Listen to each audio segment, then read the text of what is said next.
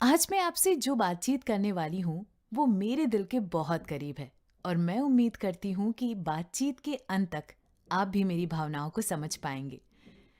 साथियों, क्या आपके साथ कभी ऐसा हुआ है कि आपने किसी को मजाक में कोई बात कही हो, लेकिन किसी के लिए वो बात मजाक ना होकर दुख की वजह बन गई हो और उनकी भावनाओं को चोट पहुंचा गई हो? मगर आपके लिए वो अभी भी मजाक ही था, जिसका दूर दूर तक किसी को दुख पहुंचाने या किसी भावनाओं को चोट पहुंचाने से कोई नाता नहीं था। और शायद इसलिए ये समझने और समझाने में भी बड़ी मुश्किल हुई कि वो बात सिर्फ और सिर्फ मजाक ही थी। आइए आपको इससे जुड़ा एक किस्सा सुनाती हूँ। हमारे स्कूल में एक टीचर थे जो क्लास को मजेदार बनाने के नए नए तरीके इस्तेमाल करते रहते थे। उनका हमारी क्लास में दूसरा पीरियड हुआ करता था। एक बार हुआ कुछ यूं कि उन्होंने कुछ होमवर्क दिया था और ये पता लगाने के लिए कि किस बच्चे ने होमवर्क किया है और किसने नहीं, उन्होंने कहा, वे सभी बच्चे ताली बजाएं जिन्होंने होमवर्क किया है। मैं क्लास में अपने दोस्तों के साथ बैठी थी। हम सब साथ साथ में सारे काम किया करते थे और अच्छे बच्चों की तरह हमेशा होमवर्क करके लाया करते थे। तो हमेशा की तरह उस दिन भी हमने होमवर्क किया हुआ था। हम सब जोश जोश में ताली बजा रहे थे, लेकिन हमारे एक दोस्त ने ताली नहीं बजाई। खैर, सर का पीरियड खत्म हुआ और आगे की 2 क्लास और खत्म हुई और फिर आया लंच ब्रेक, जिसमें हम जल्दी जल्दी सारा खाना खा करके खेल कूद करते थे और आपस में खूब बातें किया करते थे। और उस दिन तो मजे ही आ गए थे। हमने अपने उस दोस्त का बहुत मजाक बनाया जिसने होमवर्क किया हुआ था, लेकिन फिर भी ताली नहीं बजाई। हमने बहुत ही मजे लिए ये कहकर कि देखो, इसको ताली बजानी भी नहीं आती। हमारे लिए ये बहुत ही छोटी सी बात थी, क्योंकि हमें पता ही था कि उसने होमवर्क किया हुआ है। लेकिन वो दोस्त तो रोने ही लग गया और हमसे बहुत गुस्सा भी हो गया। हम सब हैरान हो गए कि इतनी छोटी सी बात के लिए ये कैसे रो सकता है। हमने उसे समझाने की बहुत कोशिश की, लेकिन वो हमसे गुस्सा ही रहा और उस पूरे दिन हमसे बात नहीं की और ना ही स्कूल के बाद हमारे साथ खेलने आया। हमें बुरा तो लगा कि हमारा दोस्त हमारी वजह से गुस्सा हो गया, पर करते भी क्या, हम समझ ही नहीं पा रहे थे। सबने कहा कि जाने दो, अपने आप सही हो जाएगा। पर मुझे अभी भी ये बात खटक रही थी, तो मैं अपने दोस्त के घर पहुंच गई। उसके पापा ने बताया कि उसकी माँ बहुत बीमार है और इसके चलते वे सभी काफी दुखी हैं। फिर हम समझे कि इस वजह से उसका ध्यान क्लास में ना होकर अपनी माँ पर था और इसलिए वो टीचर की बात सुन ही नहीं पाया था। उसे पता ही नहीं चला कि टीचर ने कब और क्यों ताली बजाने को कह दिया, और हम उससे वजह पूछने की बजाय लगे उसका मजाक बनाने। उस दिन के बाद से हमने, और खासकर मैंने, ये गांठ बांध ली कि कभी भी किसी का मजाक बनाने से पहले या किसी को कोई बात कहने से पहले ये समझ लूं कि कहीं मेरी कही गई ये बात या किया गया ये मजाक किसी की भावनाओं को चोट ना पहुंचा दे।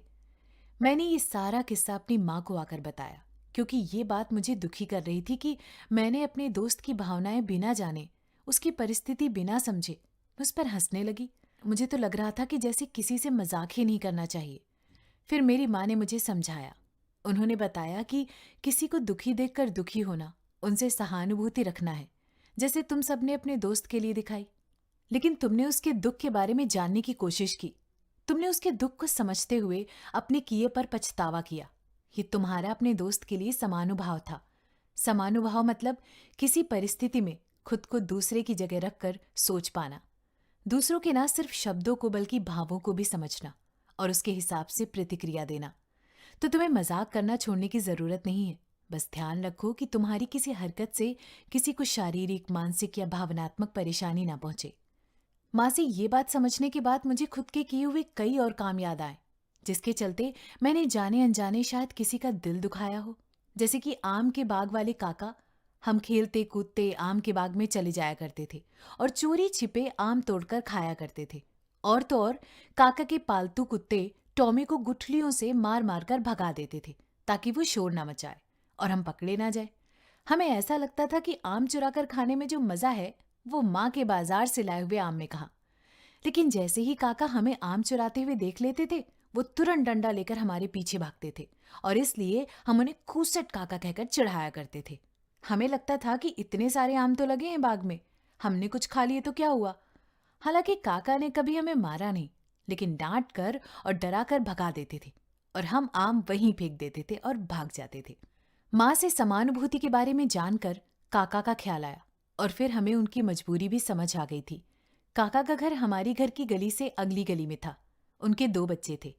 एक दीदी गांव के बच्चों को घर पर पढ़ाया करती थी और दूसरी दीदी बुनाई का काम किया करती थी। काकी की तबीयत बहुत ही खराब रहती थी और उनके इलाज में बहुत खर्चा हुआ करता था। काका के पास आम के बाग की रखवाली के सिवा और कोई कमाई का जरिया नहीं था। सबकी कमाई मिलाकर भी दवाई खर्च और घर का खर्च मुश्किल से पूरा होता था। काका जिस बाग की रखवाली करते थे, उस बाग का मालिक रोज शाम को आकर एक एक आम गिना करता था और कुछ भी गड़बड़ी होने पर काका को खरी खोटी सुनाया करता था। तो काका को अपनी नौकरी बचाने के लिए हमें भगाना पड़ता था और हम थे कि सुनते ही नहीं थे। इस बात का एहसास होने के बाद हम काका के पास गए और उनसे माफी मांगी।